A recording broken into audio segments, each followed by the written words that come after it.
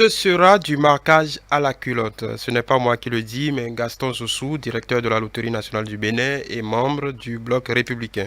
C'était à l'occasion de la sortie des cadres de la mouvance qui disait vouloir mettre fin, je cite, à l'industrie du mensonge et de la calomnie. Fin de citation.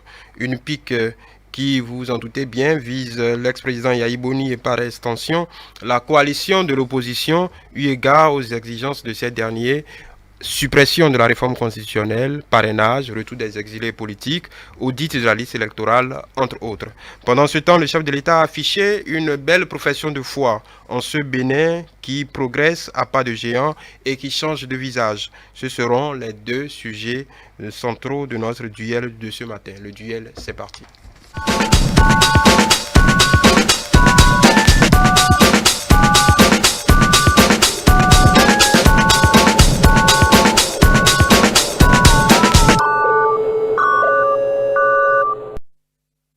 Et pour ce duel, j'ai avec moi Mathieu Coco, membre fondateur de l'Union progressiste. Bonjour. Bonjour. Comment allez-vous? Ça va très bien. Heureuse année. Vous pareil, merveilleux. Merci. Diara Moussa Soumanou, journaliste indépendant, observateur politique. Bonjour. Bonjour François Xavier, bonjour à tous. J'espère que vos fêtes ont été belles. Oui, très bien, très bien. Voilà. Nous allons mettre le pied dans le plat. Nous allons commencer par le discours sur l'état de la nation du chef de l'État. Un discours bref, comme à l'accoutumée, concis, précis, où on a pu déceler disons, la confiance que le président de la République affiche dans la belle progression que notre pays a connue et l'espoir que ce progrès se pérennise et se concrétise dans les années qui viennent au bénéfice de toute la nation, dans son entièreté. Qu'est-ce que vous en avez pensé de ce discours, un Bénin qui avance à pas de géant? Il faut retenir que le président de la République, dans son discours sur l'état de la nation, a été très sincère. Et en ce point, il faut noter d'abord sur la forme de ce discours et en dehors de ça, le fond. Parlons donc de la forme de ce discours. Le chef de l'État est resté fidèle donc à son style. Le discours a été très moins long, 20 minutes exactement, très concis, mais aussi très précis. Sur le fond, le chef de l'État a abordé donc tous les domaines de développement de notre pays, l'éducation, la santé, l'économie, l'agriculture et aussi le plan politique aussi, tout a été abordé. Je crois donc que ce que nous pensons tout de suite, c'est que lorsque le constat est là, lorsque tout est bien visible et clair, donc les mots pour le dire sont simples et on n'a pas besoin de faire beaucoup de développement pour prouver donc ce qui est effectivement. Donc ce discours sur l'état de la nation, je crois que c'est en harmonie avec ce que nous constatons déjà tous sur le terrain et ce que nous voyons. Quand je parlais donc de la sincérité du président de la République, c'est que le président de la République a abordé déjà tous les domaines en réalité dont les réformes ne sont pas encore visibles, dont les résultats ne sont pas encore là. Il a parlé du secteur de la santé, il a parlé du secteur de l'éducation. Donc, parlant donc du secteur de l'énergie, il a bien précisé que quoi bien même que nous sommes déjà en train de sortir du délestage, que nous sommes en train d'aller vers les États modernes en matière d'énergie, qu'il reste encore beaucoup de choses à faire. Et bien précisément, il a dit que dans les mois à suivre, que d'autres pas de géants seront posés pour que le Bénin soit entièrement autonome sur le plan de l'énergie. Donc voilà ce que nous pouvons déjà dire sur ce discours. Avec le temps, on peut le creuser beaucoup plus en profondeur. Voilà, Diara Moussa, qu'avez-vous pensé de cette photographie grandeur nature de l'état de la nation? Non, c'est une obligation constitutionnelle qui allait remplir le chef de l'État. Et en tant qu'observateur de la scène politique, on ne peut qu'apprécier cela. Il y a de ces éléments-là que le chef de l'État tient à respecter. Et je pense qu'il était de bon ton que nous puissions l'écouter, que nous puissions vraiment le suivre, d'accord, pour que chacun puisse se faire sa propre opinion. Il est revenu, disons, sur l'ensemble de ses actions à la tête de notre pays pendant les 12 derniers mois, mais enfin, il est allé plus en profondeur, parlant donc de tout son bilan, de tout son quinquennat, parce que réellement c'était C'était le dernier discours de ce quinquennat-là que nous lui avons accordé à travers nos votes il y a 5 ans. Et donc, il est revenu sur les éléments, donc sur ses actions sur le plan éducatif, d'accord, que j'apprécie énormément en termes de suppression des grèves, en termes donc d'impact, d'accord, de ces suppressions-là sur l'éducation dans nos lycées et collèges. J'ai particulièrement suivi, d'accord, ce qu'il compte faire sur le plan donc de l'enseignement technique, parce que voyez-vous, notre système éducatif forme pour le chômage, comme on le dit malheureusement, et il est important donc de pouvoir donner de la compétence exploitable à tous les jeunes de ce pays-là. Nous avons également écouté le chef de l'État revenir sur ses actions sur le plan énergétique, et sur ce plan-là, je ne suis pas totalement satisfait parce que réellement, pas plus tard qu'hier, on a connu assez de coupures dans la journée. Le 1er janvier également, on a connu des coupures. Je pense qu'il y a beaucoup de choses à faire sur ce plan énergétique. Le chef de l'État dit avoir fait assez, mais réellement, les Béninois que nous sommes, nous ne constatons pas encore réellement les impacts de cette percée énergétique dont il parle, parce qu'il a dit qu'on est à plus de 50% autonome, d'accord. Nous, on ne constate pas encore cela. Sur d'autres plans, il s'est également exprimé sur le plan des réformes politiques également. Sur ce plan, particulièrement, je pense que ces opposants politiques ont beaucoup à dire, parce que eux, ils ne ressentent pas encore le côté positif de ces réformes-là, parce qu'ils estiment que ce sont des réformes qui les ont exclus de toutes les consultations électorales. N'est-ce pas de bonne guerre qui ne trouve rien à redire sur... C'est de bonne guerre, c'est de bonne guerre. C'est ça qui fait vivre en fait la démocratie. Il faut que... c'est pas pour rien que réellement l'opposition l'écoute. L'opposition suit réellement tout ce qu'il fait, et ce discours était particulièrement attendu, voyez-vous, parce que c'est le discours qui vient à la veille donc d'une échéance électorale majeure que sont les présidentielles prochaines. Voilà. Il soulevait la question de l'énergie. Non, je crois que M. Soumano a bel et bien parlé de coupure. Vous avez parlé de coupure, vous n'avez pas du tout parlé de délestage, parce que le délestage, ce sont ces coupures donc, qui nous plongent dans plusieurs jours. C'est-à-dire que le pays est divisé carrément par zone où certains ont le courant pendant 3 jours, d'autres sont absents d'avoir l'énergie électrique pendant 3 jours. C'est de cela que parle le président de la République. Il a bien dit que à la date où nous sommes aujourd'hui, que le Bénin produit donc une bonne partie de sa consommation, et que d'ici les 18 mois à venir, que de lourds investissements sont en cours encore pour que nous soyons beaucoup plus autonomes. Et c'est ce qu'il a dit. Le chef de l'État n'a jamais dit. En disant cela, le chef de l'État faisait déjà campagne. Non, ben écoutez, l'opposition a estimé. Alors je ne sais pas, Quand on est à la fin de son mandat, je crois que j'ai la parole. Dans 18 mois, je pense que vous écoutez, l'État c'est une continuité. Vous le savez mieux que moi, que l'État c'est une continuité. Et celui qui est en c'est une continuité, mais nous avons vu le chef de l'État abandonner par exemple Marie-Agleta et construire autre centrale énergétique juste à côté de Marie-Agleta. Monsieur Soumano. Donc réellement, quand on parle de continuité... Xavier, quand j'aurai la parole, il faut me dire. Non, vous avez la parole. Moi, je n'ai pas la parole. Vous avez la parole. C'est pour vous dire que le costume que vous avez mis, si le jour on vous l'a amené et que vous le portez, vous constatez carrément que ce costume, quel que soit ce qu'on fera, pour le réaménager, vous ne pourrez plus le porter. Vous ferez quoi? Vous allez acheter un autre. C'est de cela qu'il est question. Quand on veut faire des investissements... Là, vous parlez de Marie-Agleta. Je parle carrément de Marie-Agleta, c'est ce que je lui dis. Je dis tout simplement que lorsque vous voulez faire des investissements, ne passez pas votre temps à réparer.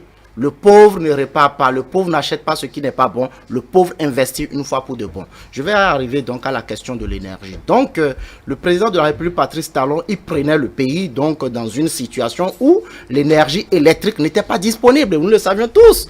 Nous savons tous qu'au moment où il prenait le pouvoir, en 2016, moi particulièrement, je vis à Porto-Novo, il y a des semaines où on a l'énergie électrique juste pour 2 jours.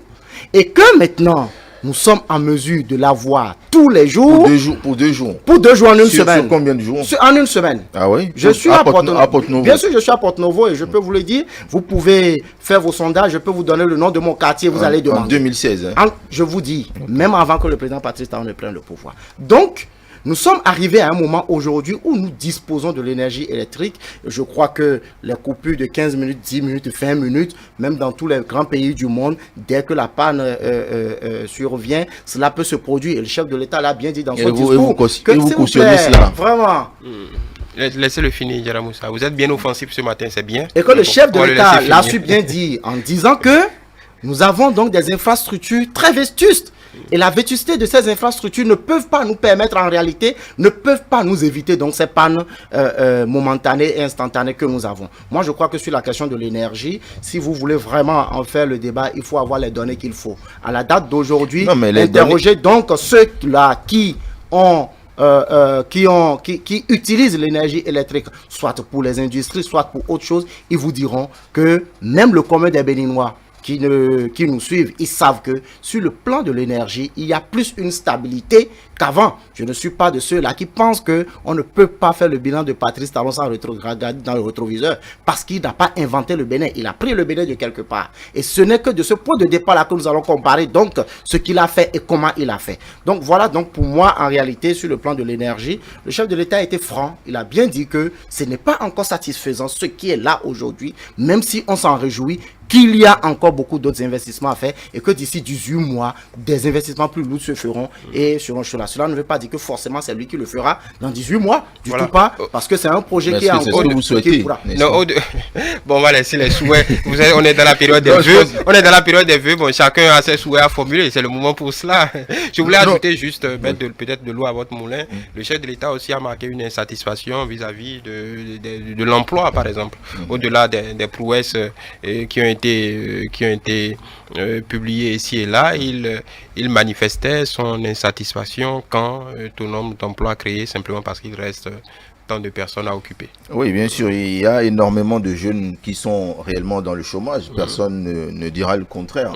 Et lorsque vous allez, nous sommes au sein des communautés, nous pilotons des organisations, d'accord. Nous sommes membres également d'autres organisations de la société civile et réellement nous pouvons écouter les jeunes dans nos communautés qui estiment réellement avoir été oubliés totalement par le chef de l'État, parce que lorsqu'on parle aujourd'hui de l'emploi au Bénin, ce n'est pas encore ça. Ce n'est pas encore ça. Parce que oublié totalement, il y a quand même un programme d'insertion. Je pèse bien mon oui, le programme d'insertion qu'on a pu voir. Lorsqu'on parle du programme d'insertion, qui réellement est le programme PSI, par exemple, qui est réellement le premier programme que moi j'ai connu, publié, d'accord, que tous les jeunes ont eu l'opportunité de postuler. C'est le programme PSI qui était appelé à embaucher combien de jeunes? Environ 2000. Voyez-vous, lorsque nous prenons déjà les universités dans notre pays, le nombre de jeunes qui sortent dans ces universités-là, c'est plus de 5000, vous le savez. Et donc, c'est dire que réellement, ce programme-là, c'est comme une goutte d'eau dans la mer. Personne ne peut sentir réellement l'impact, d'accord, de ce programme-là sur le nombre de jeunes à employer dans notre pays. Je pense que ce que le chef de l'État devrait évoquer, c'est de parler, d'accord, de l'accompagnement que les jeunes attendent, d'accord, pour s'auto-employer. Pour s'auto-employer, parce que c'est important de pouvoir les orienter. De l'argent? De l'argent, forcément, parce que réellement, ce n'est pas seulement dans notre pays que ça se passe. Ok, dans d'autres pays qui se respectent, lorsque vous avez des jeunes qui sortent des universités, réellement, il y a de l'accompagnement et c'est l'État qui se porte garant, d'accord, de ces investissements-là. L'État allège, d'accord, la situation de ces entreprises-là pour que les jeunes puissent contracter, par exemple, des prêts pour pouvoir investir dans leurs entreprises. L'État, c'est là même qu'on doit sentir la continuité de l'État, ok? Et réellement, les jeunes attendent cela. Il ne faut pas toujours penser qu'ils ont besoin de l'emploi. Ils peuvent réellement s'auto-employer parce que les initiatives ne manquent pas. Et donc, c'est sur ces éléments-là que réellement, nous, on aurait voulu vraiment écouter le chef de l'État et sentir réellement l'impact de ces 12 derniers mois sur le quotidien des populations béninoises. Parce que réellement, Covid également n'a pas aidé les petits jeunes qui commençaient déjà par s'installer. Le Covid n'a aidé personne. Oui, ça n'a aidé personne, mais l'État doit pouvoir, d'accord, l'État a le dos large, l'État doit pouvoir vraiment canaliser, disons, les affres de cette pandémie-là sur l'économie, sur les petits commerçants, par exemple, sur les petits entrepreneurs, sur les startups. C'était important. Quand on parle de l'accompagnement aujourd'hui, à peine 5% ou 10% ont été soutenus. Réellement, nous les écoutons et nous savons ce qu'ils disent. Vos chiffres sont corroborés? Non, personnellement, moi j'écoute beaucoup et vous savez qu'à travers mes activités professionnelles, je suis toujours en compagnie des jeunes et réellement, nous savons ce qu'ils vivent réellement. Voilà, sur cette même question. Merci beaucoup. Je crois que le président de la République, dans son discours, a bien reconnu et il a dit que le taux de chômage reste toujours élevé, malgré donc les emplois, des milliers d'emplois qui ont été créés donc ces dernières années. Et ça, là, c'est vrai, M. Souman l'a déjà dit, il y a le programme qui est en train de faire un grand pas, et comme beaucoup de personnes le constatent et le disent, c'est une première dans l'histoire de notre pays qu'un programme comme ça, financé entièrement par donc le gouvernement, soit mis en place. Parce que sachez donc tout simplement que ces jeunes qui sont en train d'être déployés sont déployés donc au service des structures privées. Sont déployés au service des structures privées, mais que l'État paye. Donc c'est en réalité déjà un premier pas.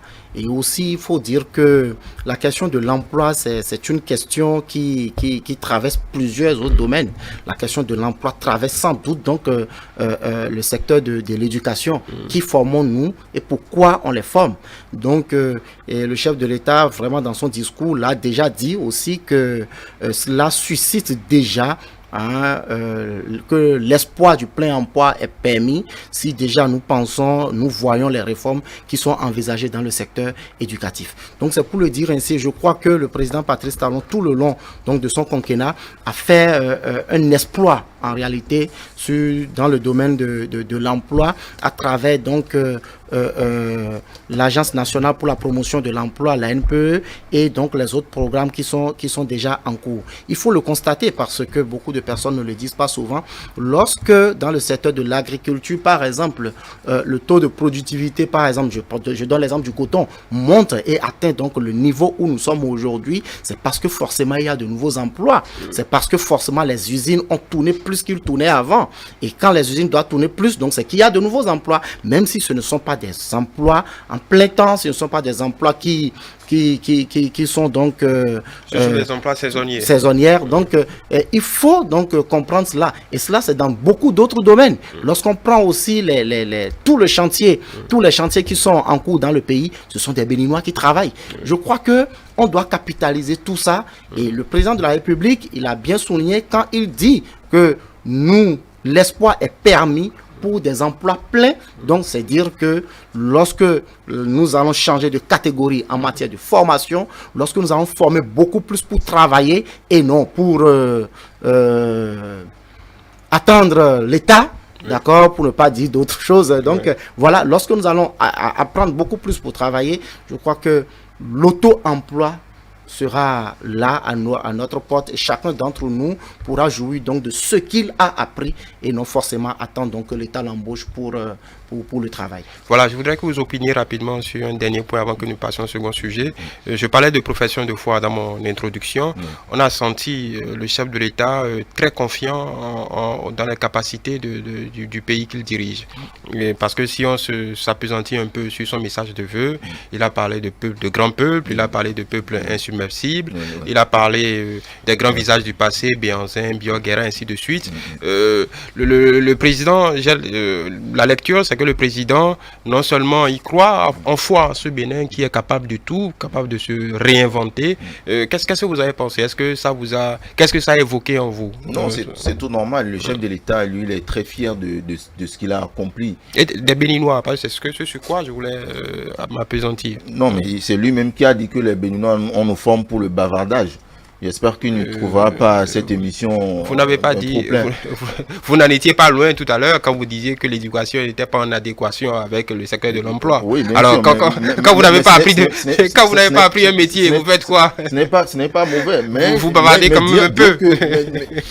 laisser les personnes s'exprimer n'est pas question de bavardage. Vous avez vu que nos enseignants de l'université... Monsieur Soumane, c'est une manière de dire que nous sommes plus dans la théorie que dans la pratique. Oui, bon, moi, de dire que nous sommes plus dans la théorie que dans la pratique. Le chef de l'État a parlé de bavardage. Oui, c'est-à-dire vous parlez des enseignants qui ont été... Non, les enseignants de l'université, enfin le syndicat des enseignants de l'université, ils ont dit qu'ils n'étaient pas d'accord. Oui, bon, eux, avec tout le respect qu'on leur doit, ils ont l'ego quand même un peu chatouilleux. Non, mais c'est tout normal. C'est peut-être les seuls corps qui sont encore, qui gardent encore une certaine liberté. C'est pour ça qu'ils ont pu réellement, ils ont pu réellement s'exprimer.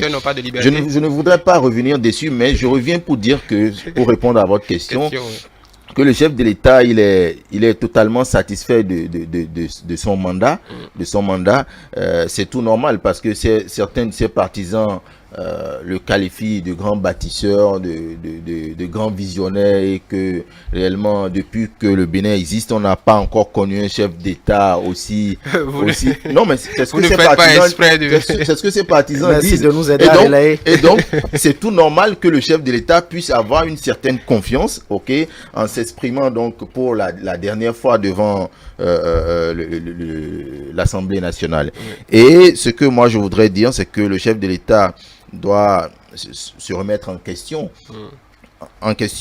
Sur, par exemple, le plan sanitaire, par exemple, parce que nous avons vu autant d'indigents autant de personnes qui ont du mal réellement à pouvoir sortir de nos hôpitaux. Ok, et que le gouvernement même était obligé d'aller secourir. Il y a 112 heures de cela, parce que vous imaginez que des personnes ou des pères de famille n'arrivent pas à sortir d'un hôpital parce qu'ils doivent environ 30 000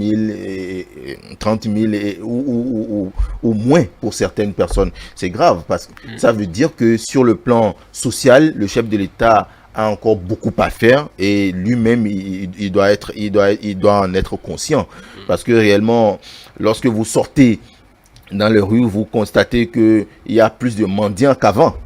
Ah bon, vous avez compté? Bien sûr. Non, mais réellement vous voyez des jeunes, d'accord, bras valides, qui n'hésitent pas à demander des pièces de 100 francs, de 200 pour aller s'alimenter. Sont-ils tous des Béninois, monsieur Soumane?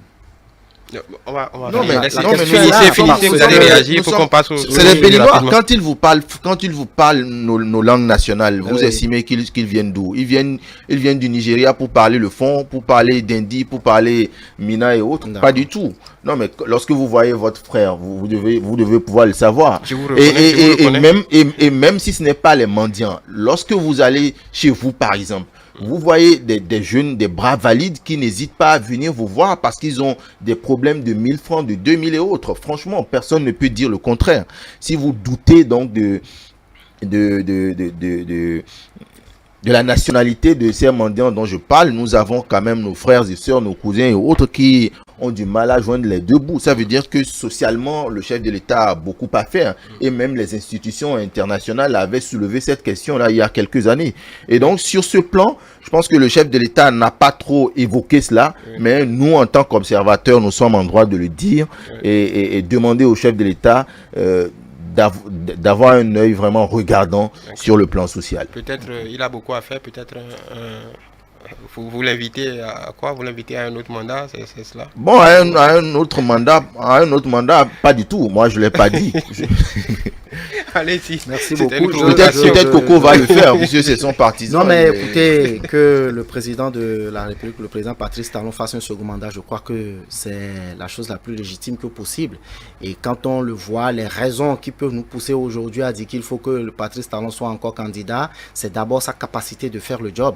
On sait aujourd'hui qu'il est capable de le faire. On sait aujourd'hui qu'il peut soulever des montagnes et qu'il peut déplacer même ce qui dépasse ces montagnes aussi. Il a fait la preuve, et puis ce qui n'a pas pu être touché, sinon faire depuis des décennies, depuis 90, on peut le dire. Je crois que il a mis le pied dans ses plats et aujourd'hui, qu'on le veuille par exemple, ça bouge. Écoute, monsieur ça dit Soumanou, qu'on n'a pas réussi à faire de 90, je peux vous le dire, je peux vous en allez-y. citer quelques-uns. Écoutez, monsieur Soumanou, par exemple, depuis que la réforme sur la décentralisation est venue, on a désigné donc les préfectures. D'accord, notre pays a 12 départements. Il a fallu combien de temps?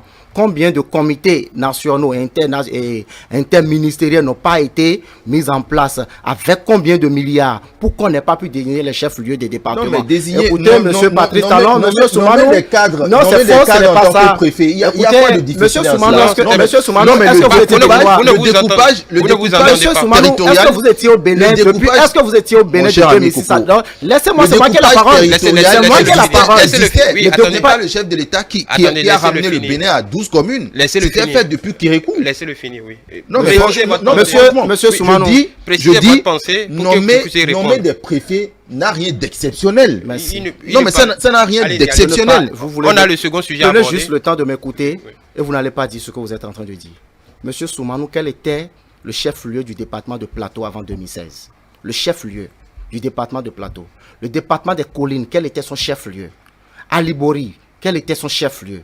La Donga, c'était quoi le chef-lieu? C'était connu, mais c'était connu. Mais dites-moi, c'est pourquoi moi je voulais demander. Tout le monde le savait. Mais monsieur Soumanou, on dirait que vous n'êtes pas. Non, s'il vous plaît. La culture générale nous oblige à vous dire tout simplement que sous le président Boni Yayi, moi je le savais. Pendant les 10 ans je ne sais pas si vous le savez. Mais ce n'était inscrit nulle part, monsieur Soumanou. Je vous le dis, le découpage territorial, la désignation des chefs-lieux des 12 départements. Pendant les 10 ans du président Boni Yayi, il y a eu la commission à Anzo Glele, il y a eu d'autres commissions qui ont parcouru tout le Bénin. Dès que ça doit se faire, c'est des soulèvements qui se font partout. Ça n'a jamais été fait avant 2016. Mais par le chef de l'État, non, s'il te plaît. Il y a eu des soulèvements.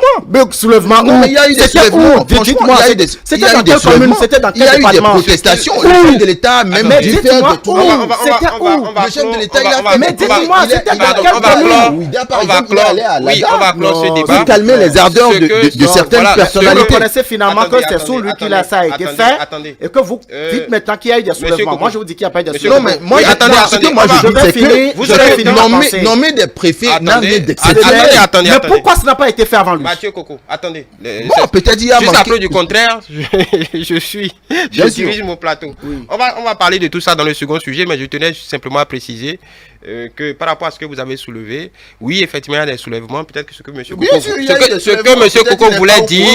Coco voulait dire, contrairement aux fois passées, le chef de l'État ne s'est pas peut-être laissé intimider par les soulèvements. Donc, on n'est pas revenu sur ce qui a été décidé. Donc, peut-être que ça, on n'est pas allé à reculons sur ces sujets-là. Donc, c'est on va clore.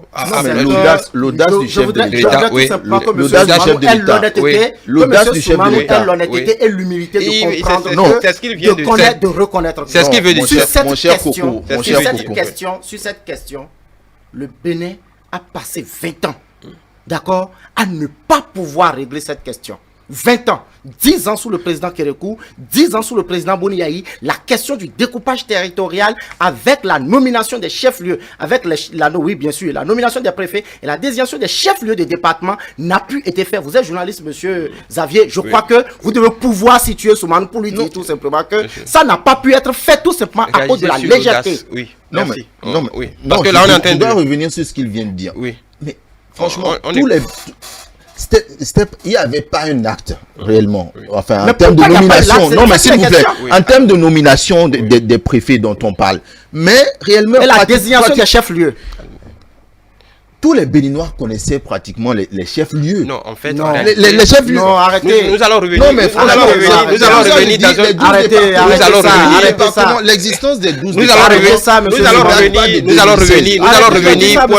revenir pour un autre débat sur le découpage territorial et la décentralisation. Ce n'est pas le lieu. Tout le monde peut saluer l'audace qu'a eu le chef de l'État, d'accord, pour nommer les préfets et autres.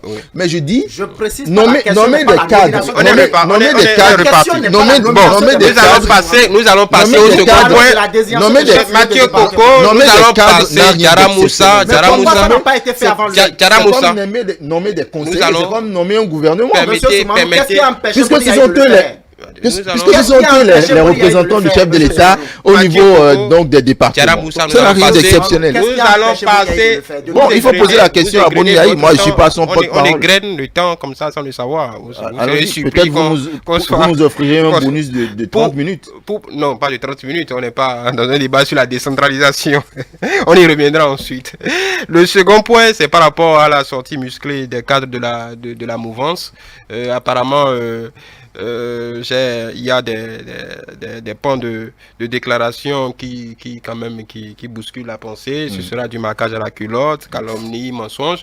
On a l'impression que la mouvance, cette fois, se décide à ne rien laisser passer à l'opposition. En tout cas, plus maintenant. Qu'est-ce que vous avez pensé de cette sortie? Non, mais je pense que la mouvance n'a jamais rien laissé, d'accord? Ils ont toujours répondu à chaque fois que l'opposition à chaque fois que l'opposition fait donc des sorties, et sur cette forme-là, médiatiques. Mais c'est tout normal. C'est ce que nous, les acteurs politiques, enfin nous, les observateurs de la scène politique, c'est ce que nous souhaitons, d'accord? Quand il y a un débat, d'accord, un débat public dans un pays, tous les citoyens ne peuvent être que satisfaits parce que ça permet à chacun de voir les différentes prises de position, d'accord, les différentes opinions, ok, que partagent réellement les différents partis politiques. Et c'est ce qu'on doit souhaiter.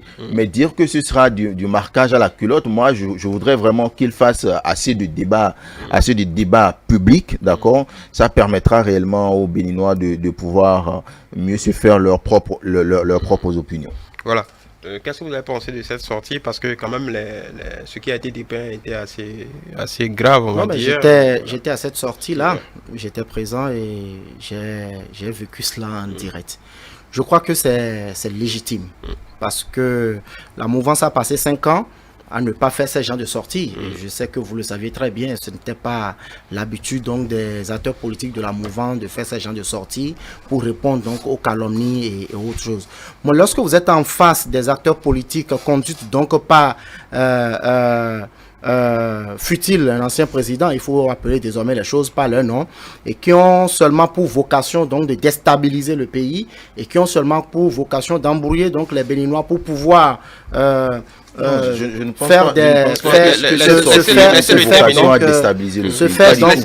donc le chemin pour atteindre donc leurs objectifs lugubres. Il faut désormais donc réagir, mais cette fois-ci, ne plus du tout laisser la place. Je suis d'accord que cette fois-ci, il y aura du marquage à la culotte et qu'on ne laissera vraiment rien passer. On ne laissera vraiment rien passer. On va s'en occuper au quotidien. Et chaque fois, quand il y aura de sortie, il y aura de réponse. Et cette sortie est motivée en réalité par les contre-vérités qui ont été énumérées donc dans la sortie de, je ne sais pas comment vous les appelez, force de quelques... Bon, il y a tellement de forces dans le pays qu'on ne sait plus vraiment lequel il faut écouter. Parce qu'il y avait tellement de contre-vérités, il y avait tellement de choses qui n'existent pas. Lorsque ceux qui montent au créneau pour parler donc des autres sont plus sales que des gens dont ils parlent, n'ont pas réussi donc à mieux faire que ceux dont ils parlent, il ne faut pas en réalité les laisser continuer donc dans cette lancée-là. Ils n'ont rien dit de concret. Ils sont revenus nous dire que s'il n'y a pas retour des exilés qui n'iront pas aux élections, tant mieux. C'est eux qui ne veulent pas aller aux élections. Et ce n'est pas la première fois qu'ils nous menacent de ne pas aller aux élections. Ils n'ont pas été aux élections législatives, les élections ont lieu. Ils ont décidé à un moment donné d'empêcher d'autres d'aller aux élections communales. Ceux qui voudront aller sont partis. Et puis en dehors de ça, s'ils décident de ne pas aller aux élections présidentielles, ils ne peuvent pas empêcher tous les autres de ne pas aller aux élections présidentielles. Moi, je crois que à l'heure où nous sommes, cette opposition ne nous rend pas du tout service parce que ils sont dans le pays. Ils sont restés ici depuis novembre 2019 quand la loi portant donc révision de la Constitution a été votée. Ils sont allés nulle part, ils sont restés là jusqu'à la date d'aujourd'hui. Et c'est maintenant que les autres ils pensent qu'à 2 mois des élections, à quelques mois des élections, qu'ils pensent que non, qu'il faut abroger la loi. Je crois qu'ils ne sont pas sérieux. D'accord, permettez-nous de le dire. Non, mais il y a des arrêts, de la Cour africaine des droits de l'homme et des Finissez, vous allez répondre. S'il vous plaît, c'est moi qui ai la parole. S'il vous plaît, c'est moi qui ai la parole. Vous allez le dire. C'est moi qui ai la parole. Respectez au moins le temps de Oui, vous allez le dire. La Cour africaine n'est pas au-dessus de la Constitution béninoise, excusez-moi. La Cour africaine n'est pas du tout au-dessus de la Constitution de notre pays et non pas au-dessus des institutions de notre pays. Les décisions de la Cour constitutionnelle du Bénin sont sans recours. Et personne ne peut l'obliger à revenir sur sa décision. Nous sommes d'accord. Donc à partir de ce moment-là, s'il vous plaît, à partir de ce moment-là, nous croyons que je ne suis pas du tout d'accord quand on pense que la Cour constitutionnelle a déjà déclaré conforme à la Constitution, la loi. Ce n'est pas une cour africaine qui viendra dire à la Cour constitutionnelle du Bénin, mais à partir de ce moment-là, où est la légitimité donc, de nos institutions. Moi, je crois donc à partir de ce moment-là, ce qui est en train d'être dit aujourd'hui, pour moi, n'a pas vraiment de sens pour que nous ne puissions pas aller aux élections présidentielles de 2021. De toutes les façons, le débat est engagé et je crois que nous sommes déjà en plein pied, même déjà dans la période préélectorale. Allez-y, mesdames. Je pense que les partis politiques ou les acteurs de la mouvance comme Monsieur Coco doivent être contents, d'accord, que l'opposition puisse faire assez de sorties. Parce que ça permet, comme je le disais tantôt, ça permet, vous n'aimez pas que les autres puissent opiner, c'est ça? Non, mais vous avez la liberté donc de juger, d'accord, leur sortie comme vous l'entendez. Mais réellement, je voudrais vous faire remarquer que depuis 2016, réellement, c'est maintenant qu'on sent une certaine opposition qui est en train de sortir. Parce que j'ai fait des débats ici où vous-même vous posiez la question où se trouve l'opposition. Réellement, nous avons constaté que les partis politiques de l'opposition pratiquement n'étaient pas aussi constitués que cela. Il y avait pratiquement même plus de partis. Il y avait que les deux partis du chef de l'État. Il y avait le FCBE. Non. Je parle d'avant les élections législatives de 2019. Ok.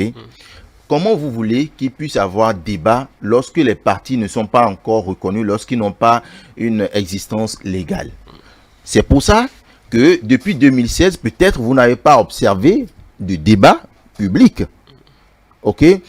Maintenant, si ces partis ont pu avoir leur certificat de reconnaissance ou tout ce que vous voulez leur récépissé, aujourd'hui, offrez-leur l'occasion de pouvoir sortir. Mais ils ont l'occasion. Bien sûr, c'est pour ça. Et ils sortent d'ailleurs, oui, ils ne s'en privent pas. Oui. Ça doit être, c'est pour ça que je disais, ça doit être vraiment un satisfecit pour les acteurs donc de la mouvance. Ça leur permet vraiment de pouvoir faire donc des débats contradictoires pour pouvoir vraiment se faire entendre eux-mêmes, parce qu'ils ne vont pas faire des débats seuls. Mais lorsque vous voyez ces acteurs comme ça, ok, on ne peut que réellement saluer cela et permettre au peuple de pouvoir vraiment avoir sa propre opinion. Mais ce que je voudrais dire, c'est que tout ce qu'ils sont en train de réclamer, est-ce que c'est mauvais? Lorsqu'ils parlent, par exemple, de toilettage de la liste électorale, est-ce que c'est mauvais? Est-ce que c'est une mauvaise chose que les acteurs politiques de l'opposition puissent demander le toilettage d'une liste électorale? C'est en cours. Mais le toilettage de la liste, c'est en cours. Et ça se fait chaque fois par le COSLEPI. Et c'est encore en cours maintenant. Mais comment ils peuvent savoir que c'est en cours? Mais comment ils sont informés? Ils sont informés comment? Ils sont informés comment? Actuellement sur le terrain. Ils sont informés par les médias. Ce n'est pas normal. Qui vous a dit qu'ils sont informés par les médias? Vous ont-ils dit qu'ils ne sont pas saisis officiellement? Parce que réellement, ce qui fait que au terme des élections dans nos pays, il y a des tensions, il y a des violences et autres. C'est lorsque les différents acteurs politiques, que ce soit de la mouvance et de l'opposition, ne sont pas partie prenante, d'accord, du processus électoral. Nous prenons par exemple le COSLEPI. Ok, tous les membres du COSLEPI sont de la mouvance présidentielle. À qui la faute? Ça fait un. À qui la faute? À qui la faute? C'est la faute au pouvoir. Ah ouais. C'est la faute au pouvoir, parce que c'est le pouvoir qui a empêché l'opposition d'aller aux élections en 2019 pour que l'opposition n'ait pas de représentants à l'Assemblée nationale. Moi, c'est ma lecture.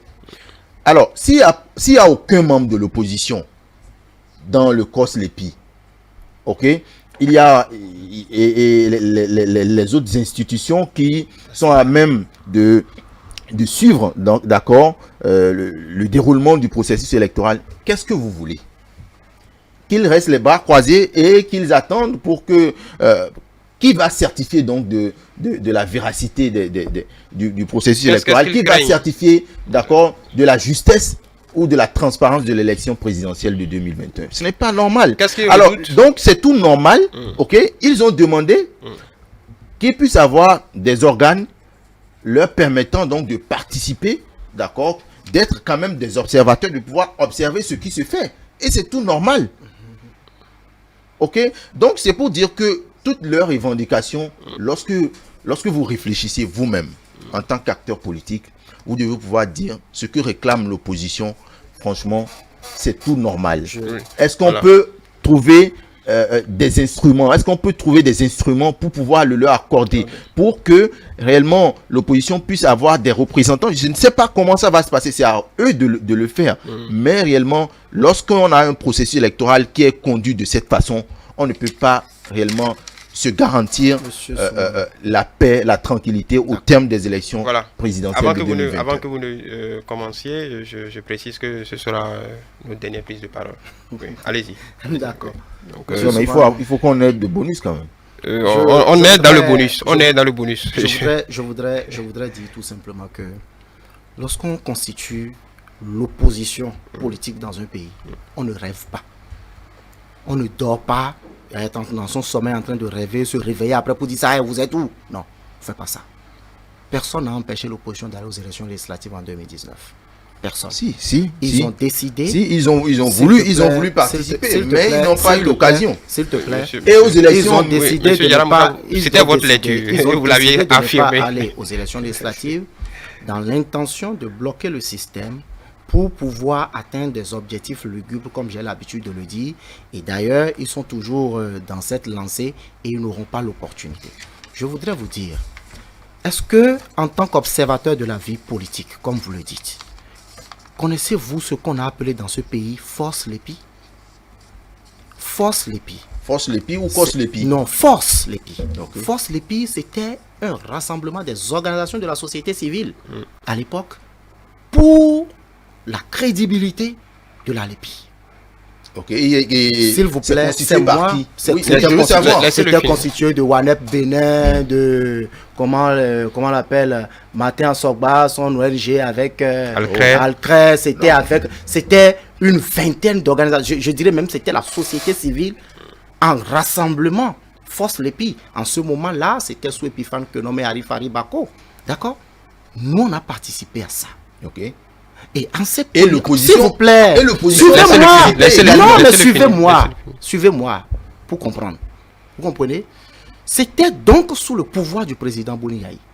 Toute la société civile mobilisée, Force Lépi, pour dire qu'il faut que la Lépi soit crédible et la façon dont ça se fait, que ce n'était pas normal.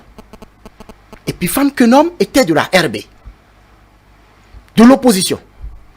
Et au moment où on devait pouvoir gagner cette bataille-là, ils se sont mobilisés, ils ont destitué Epiphane Kenom et Arifari Bako a pris la tête.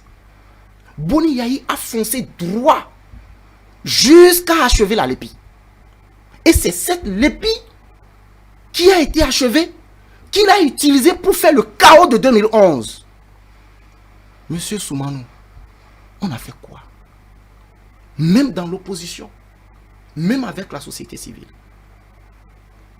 Quand vous avez le pouvoir et que vous le faites comme ça, et que vous avez usé du pouvoir pour atteindre des objectifs malsains, lorsque d'autres ont le pouvoir, vous avez juste peur qu'ils utilisent le pouvoir comme vous pour atteindre des objectifs malsains comme vous. C'est ce qui arrive à Boni Yayi et ses alliés. Le président Patrice Talon, la Sénat qui est en train de conduire les élections depuis 2016, c'est une Sénat installée par le président Boni Yayi et qui est encore là jusqu'à présent. Aucun des membres n'a été changé. Aucun des membres n'a été changé. Je n'ai pas parlé. Lorsque nous parlons, lorsque vous parlez de Cos Lépi, lorsque nous parlons de Cos Lépi, je vais chuter. Lorsque nous parlons de Cos Lépi, c'est l'Assemblée nationale qui désigne des membres pour aller au COSLEPI. Et il y a qui comme membre de l'Assemblée nationale? Oui. Il y a que les acteurs de la vous allez finir, vous aurez le temps de réagir. Les membres du COSLEPI, oui. d'accord, ils ne sont pas chargés de modifier, même pas, ils ne modifient pas la liste. Ils sont chargés en réalité d'organiser la collecte des informations pour actualiser la liste. Il y a une autre structure. Je crois que cette fois, maintenant c'est l'ANIP, sinon entre-temps c'était... vous parlez du CNT. C'était le CNT. C'est eux qui modifient, c'est eux qui intègrent les nouveaux données. Je vais vous dire, actuellement sur le terrain, ce que l'opposition devait faire, c'est de descendre sur le terrain, de mobiliser leurs militants pour qu'ils aillent se faire recenser. Parce que ça devait finir le 2, c'est-à-dire hier. Et le COSLEPI a prolongé ça encore jusqu'au 5. C'est de mobiliser leurs militants pour aller s'inscrire.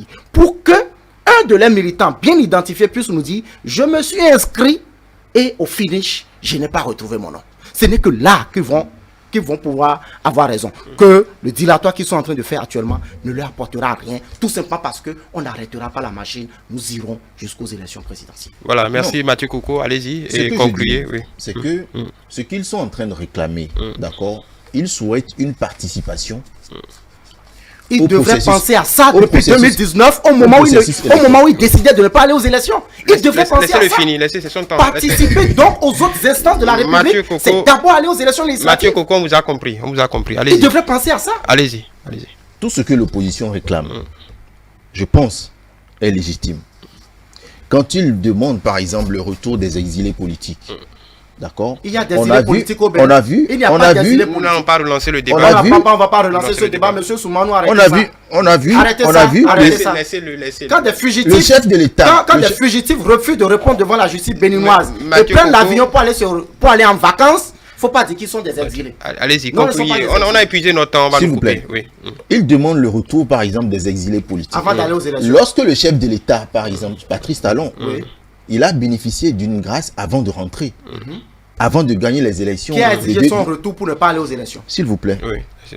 Il a bénéficié d'une grâce avant de rentrer. Est-ce que vous êtes d'accord? C'est parce que... Vous êtes d'accord avec moi? Je suis d'accord. Alors, l'opposition aussi demande que d'autres acteurs politiques. On ne peut pas dire qu'il n'y a pas d'acteurs politiques qui ne sont plus dans ce pays. Et pourquoi? D'accord? L'opposition également demande leur retour. Le chef de l'État a dit qu'il souhaiterait, que la présidentielle de 2021 soit une fête de la démocratie. Et il ne peut pas avoir de fête. Il ne peut pas avoir de fête lorsque certains acteurs sont exclus du système.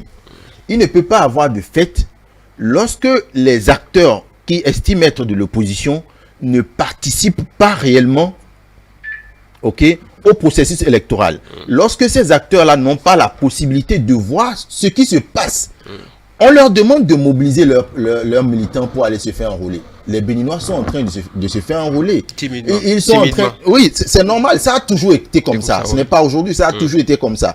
Nous attendons souvent les derniers moments pour aller le faire. Mais, en aval, il faut que réellement ils puissent avoir leurs représentants. Ils puissent avoir des yeux ouverts pour réellement certifier du processus, pour réellement certifier de là où le COSLEPI, la Sénat et autres sont en train de nous amener. Parce que quand on parle, par exemple, quand on prend le cas de la Sénat et le parrainage, le système de parrainage, le système un peu ambigu de parrainage que la Sénat est en train de créer. Moi, franchement, ce n'est pas la Sénat qui l'a créé, c'est la loi.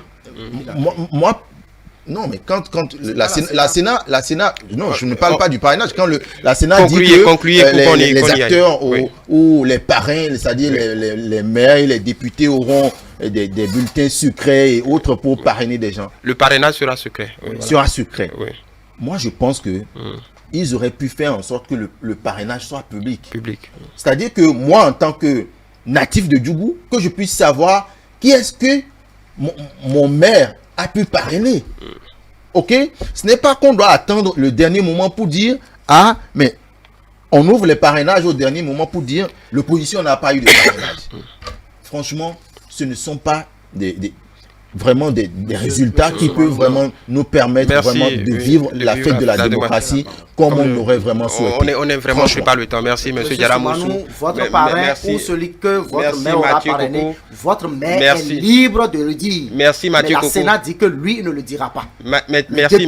peut dire, j'ai parrainé telle personne. C'est ça que je dis que réellement, il faut que ce soit l'opposition ou la mouvance, qu'il puisse faire le tour de ces parrains-là, discuter avec eux. C'est ce qu'ils font. C'est que ces parrains puissent dire qui est-ce qu'ils ont parrainé. Oui, mais le parrain parce que la Sénat, nous en avons fini. Voilà, nous en avons fini avec le. Vraiment informer l'opinion. On vous a compris. Et ce sera trop tard. On vous a compris. Nous en avons fini avec le duel que vous avez vu très animé de ce matin. Merci Mathieu Coco d'avoir été des nôtres ce matin. Diaramoussa, merci beaucoup. C'est toujours un plaisir. Voilà.